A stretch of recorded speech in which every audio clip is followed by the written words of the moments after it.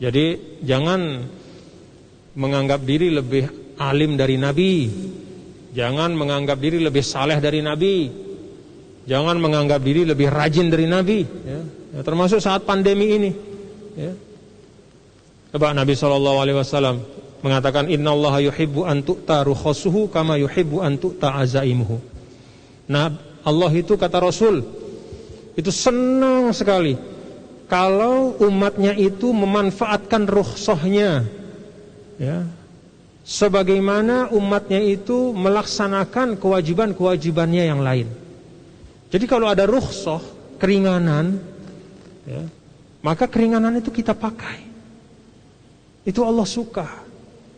Itu bagian dari umatan wasata. Nah, termasuk faktor dari rukhsah itu kedaruratan, ya. Misalnya yang semula kita diminta untuk bagian dari adab sholat itu nempel, bukan rukun, ya. Jadi kalaupun tidak ada corona, misalnya sholatnya berjauhan, tetap sah sholatnya, ya. Tapi dia kehilangan suatu keutamaan. Nah, dalam keadaan biasa kita diminta untuk hazu bainal manakib wal aqdam, ya, bahu, kaki, gitu kan, terutama bahu, ya. Nah, ketika situasi pandemi di mana semua sudah sepakat bahwa yang namanya virus ini alat transportasinya itu manusia, ya, maka manusia itu perlu berjauhan supaya virus ini tidak bisa pindah dari satu ke yang lain. Ini sudah sepakat semua ahli, ya. Dan kesepakatan ahli itu kalau dalam Islam itu menjadi pertimbangan utama hukum. Pertimbangan utama hukum itu sains, terutama dalam hal-hal yang menyangkut perkembangan, ya, entah itu penyakit atau masalah-masalah ilmu pengetahuan. Sudah sepakat yang namanya virus itu tidak bisa jalan sendiri. Dia perlu istilahnya kendaraan untuk pindah, bepergian. Apa kendaraan itu? Ya kita nih manusia. Karena itu untuk meminimalisir supaya dia tidak mudah pindah dari satu ke yang lain, maka bikin jarak. Situasi kayak begini, itu rukhsah. Situasi pandemi, amalkan hadis yang tadi. Allah cinta hambanya yang memakai rukhsah. Pernah bepergian Nabi sama sahabat-sahabat, tiba-tiba ada dilihat sama Nabi kumpul, lagi kumpul gitu, ngerubungin, ada yang jatuh, mau pingsan. Nabi datang, kenapa nih pingsan nih? Ya Rasulullah, dia pingsan karena dia puasa. Nabi geleng-geleng kepala. Apa kata Nabi? Laisa minal bir asyam fis safar. Tidaklah merupakan kebajikan puasa pada saat bersafar, bepergian. Nabi sendiri tidak puasa pada waktu itu. Nabi tidak puasa, tapi ada di antara rombongan yang merasa diri lebih saleh dari Nabi. Dia puasa. Akhirnya apa? Ngerepotin orang. Maka Nabi berikan pesan itu, laisa minal bir asyam fis safar. Tidaklah merupakan kebajikan, ya, apalagi lagi rombongan bareng-bareng kemudian puasa sendirian nyaleh-nyalehang, begitu dia pingsan ngerepotin orang banyak. Itu kejadian.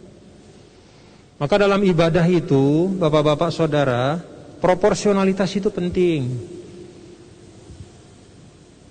Proporsionalitas itu terukur sesuai skala prioritas.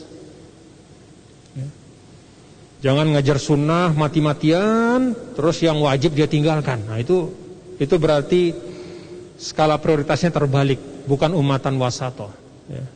Bukan umatan wasato. Ya misalnya seperti pakai masker ini kan, ya. Katakanlah di antara hal, ya, ada di dalam hadis Rasul SAW, ya, bahwa Nabi melarang, ya, untuk sholat dengan menutup muka. Menutup muka. Nah, kalaupun menutup muka itu adalah dikiaskan dengan masker, sekarang dikiaskan dengan menutup muka, tapi ulama mengatakan itu tidak berlaku, ya, kalau ada hal-hal yang mengharuskan, ya, untuk menutup muka atau mendorong untuk menutup muka. Di antaranya adalah keselamatan, termasuk wabah ini. Jadi jangan mengejar sunnah. Kalau misalnya dalam keadaan normal ada orang sholat tutup mukanya, sholatnya sah apa enggak? Tetap sah. Ya, tetap sah. Tutup muka nih, tidak ada ulama mengatakan wah sholatnya batal. Enggak, tutup muka ya tetap sah. Walaupun dia kehilangan, ya dia melakukan sesuatu yang tidak baik. Ya. Tapi itu tidak termasuk hal yang membatalkan sholat. Ini dalam keadaan normal.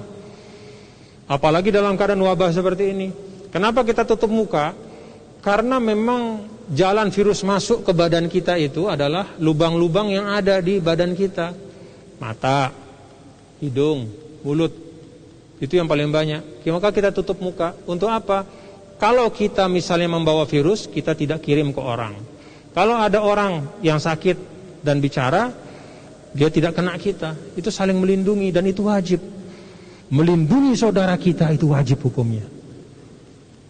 Kayak saya ketawa ngelihat ada yang viral-viral kan, naik motor di stop dia tidak pakai masker. Kenapa nggak pakai masker? Marah dia. Saya yakin tidak apa-apa katanya.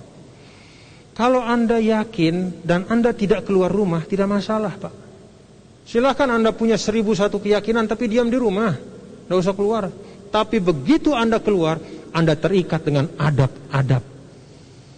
Satu adab kita ketika kita keluar dari rumah berjumpa dengan orang adalah la doror wala diror. Jangan jadi orang yang bisa menularkan sesuatu yang tidak baik. Anda punya keyakinan terserah apa saja, mau menganggap COVID ini tidak ada, Anda tidak akan kena segala macam. Bahkan Anda meninggal sendiri di rumah juga, yaitu urusan Anda. Tapi begitu Anda keluar dari rumah, menggunakan jalur publik, entah itu namanya jalan, entah itu misalnya ke pasar, ke masjid juga, ini ruang publik juga. Amalkan, ya. Anda terikat dengan kaidah Islam, la doror wala diror.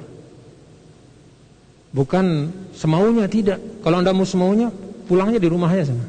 Terserah mau ngapain di rumah, di dalam kamar, mau terserah. Tapi begitu Anda keluar di ruang publik, tanggung jawab, la doror wala diror. Apa kata Rasul? La yu'minu ahadukum hatta yuhibba li akhihi ma yuhibbu li nafsi. Tidaklah sempurna iman seseorang kecuali dia menginginkan orang lain mendapat kebaikan sebagaimana dia ingin dirinya dapat kebaikan. Anda ingin dapat penyakit? Kan tidak. Tapi kok Anda tidak jaga saudara Anda? Anda ingin sehat? Ingin. Tapi kok Anda nggak peduli sama keadaan saudara Anda yang lain? Nah, jadi bapak-bapak saudara, ya, tanggung jawab ketika kita berada di ruang, ya, di ruang muamalah, ruang sosial, ya, ruang publik, ya, ketemu orang apa, la doror wala diror, dalam konteks yang umum dan khususnya pada saat pandemi seperti itu namanya ummatan wasato, menempatkan segala sesuatu pada tempatnya. Wallahu a'lam bishawab.